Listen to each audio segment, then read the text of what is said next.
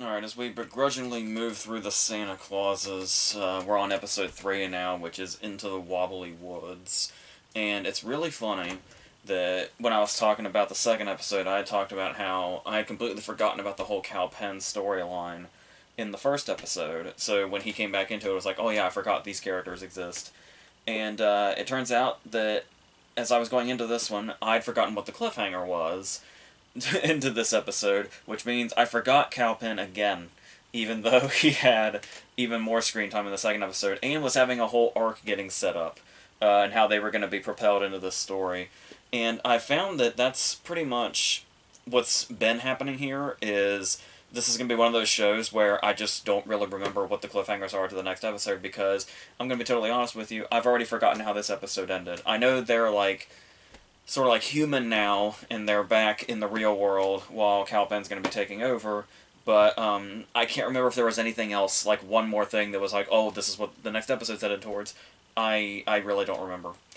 So so to focus on just this episode, I do think we're almost in a retread of the second movie, and I'm wondering how exactly they're going to handle this, because this whole thing of bringing Cal Penn in to be the new Santa so Scott can retire, first of all, is odd, since he gave an interview that went poorly. He said no pretty much right away, and then because of like one act, everything's changed, and now Cal Penn's going to be Santa. And I can only assume, since we're only halfway through, that something is going to go wrong with this, and this is why I'm thinking this feels a little bit like this. We're back in the territory of the second movie, where it's like putting somebody in Scott's place and that going horribly wrong. Only instead of Tim Allen also playing this bizarre, you know, robot Santa or whatever he was, it's going to be Cal Penn. And something tells me that, crazy robot Santa played by Tim Allen probably had much more of a comedic opening. Because obviously Cal Penn can be very funny, but with the kind of material that this show has, it'd be a struggle for anybody. Even Martin Short couldn't make Jack Frost work in the third movie. That's where we are as far as how hard the material is to work with. So that's... I don't know where we're going, but I guess we'll see. I did remember, or not so remember, but I felt like I relearned. I couldn't remember the head elf's name. Betty is apparently her name, and I wrote that down to make sure I could try to remember it for these next 3 episodes, so that I feel like I have a grasp on something, because we're still in the same place. The show keeps losing me, but there's also little things here that I actually do like, and it's like if they found a sense of humor that was more in line with these sporadic moments that actually work, rather than the disaster that's going on around these moments, I feel like we could really have something. Like I said, I really miss, the kind of bite that the first movie had, and how there was like a little bit of an edge to its humor, where it was like really on the verge of mean-spirited, and in many cases probably was, depending on who you are. But that's... yeah, now we're just in this really bizarre candy land of sorts, where we do get jokes that can work, like they work in concept, like Cal, the son of Mr. and Mrs. Claus, being happy and excited about real world things, and the whole joke about he's always in like a VR world, and it turns out that the VR world he was always in was just simulating the real world. That's actually a good joke and a good setup to this character, and how he's looking forward to all the really mundane stuff, and the stuff that annoys us is the stuff that he's really looking forward to. There's something in there, but then they do weird shit. Weird shit where you really wonder where it comes from. Like, shortly after this has been established, there's a gag where he pulls a lever because he doesn't know what it does, and just doll heads pour out of a machine, and he makes some joke about how nightmarish they are and stuff like that, and it's like, that's the joke. And so it's stuff like this where you talk about shows that make you think afterwards. Some of them are thought-provoking, some of them make you think about the way you see the world or the way you see certain things. This show is thought-provoking in the sense that I love visualizing the writer's room and wondering where some of this shit came from. Like, who in the writer's room was like, okay, let's have him do something silly. Let's have him pull a lever he shouldn't pull. What's going to happen when he pulls that lever? who was the guy that raised his hand and said doll heads? Like, where does that idea even come from, and where is the humor in it even? It's just weird. I feel like there's got to be portions of this show that are weird for the sake of being weird. And I almost want to give it the benefit of the doubt and say this will be one of those shows that we look back on and we'll appreciate it for being how weird it is. Like, all these things where it's just like, where did this even come from? Like, what even... I don't know. And it's...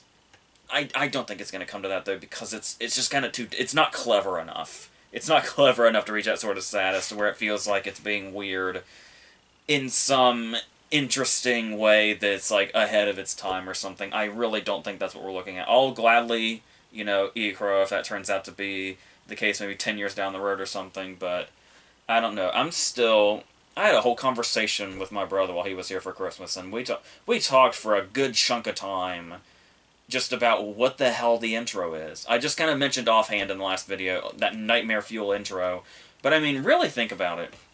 It's like 14 seconds long. Just for kicks, we looked it up on YouTube just so we could read all the comments, and we were glad to find that we weren't alone. Everybody's terrified by this intro. It makes no fucking sense, and it's like, I have no idea... That has nothing to do with the tone whatsoever. It's just this weird, bizarre... I don't even want to say acid trip. I just feel like it's maybe an acid trip after somebody had a severe head injury, and they have a fever, too. And then that's somehow what this intro ended up being. I don't know. Like I said, if it's trying to be weird for weird's sake, it's not clever enough to pull that off, I don't think. Also, there's a reindeer that apparently talks now. There was only one shot of it, but I'm afraid that it's going to become a thing.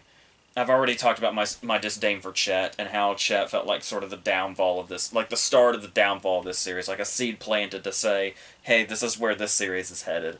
So, I don't know what that is. There is another reference to ELFS, which I don't remember being referenced since the first movie, despite the crucial part they played in the climax. And I do like that joke also, where it's just one dude left because everybody else transferred because the payment was shit. And it's just this one bitter guy. It's almost like Julian Dennison got too old for this role, so they gave it to whoever this kid is what that felt like.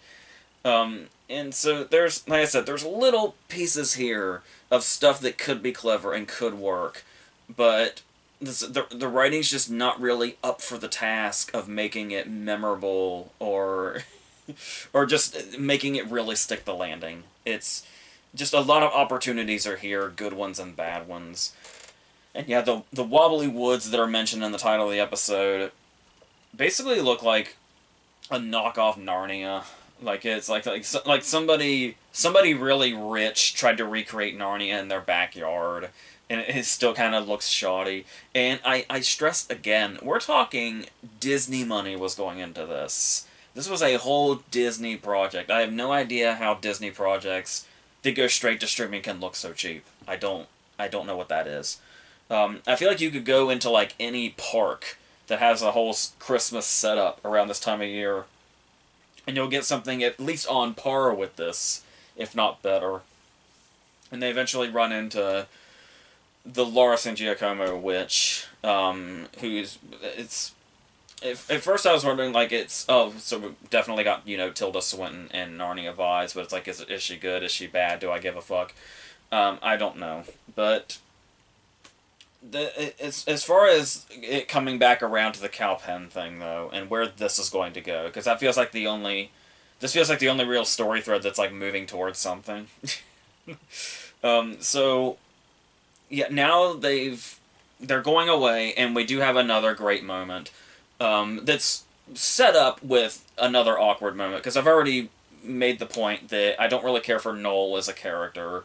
He's just weird, and I don't know what they're... And the whole, he's saying as his best friend thing, and the way he keeps saying that.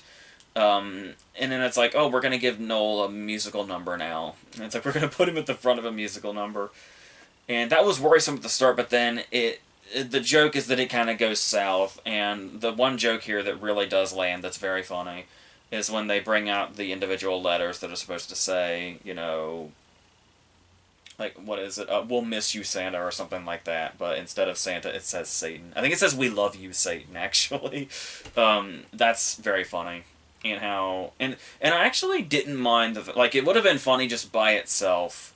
And in any other context, I feel like adding to the joke anymore would just ruin it. But the fact that they're, like, genuinely horrified by the fact that they misspelled Santa as Satan is kind of funny also. But just the initial image of "We love you, Satan" is very funny when you see it on the North Pole being said by elves.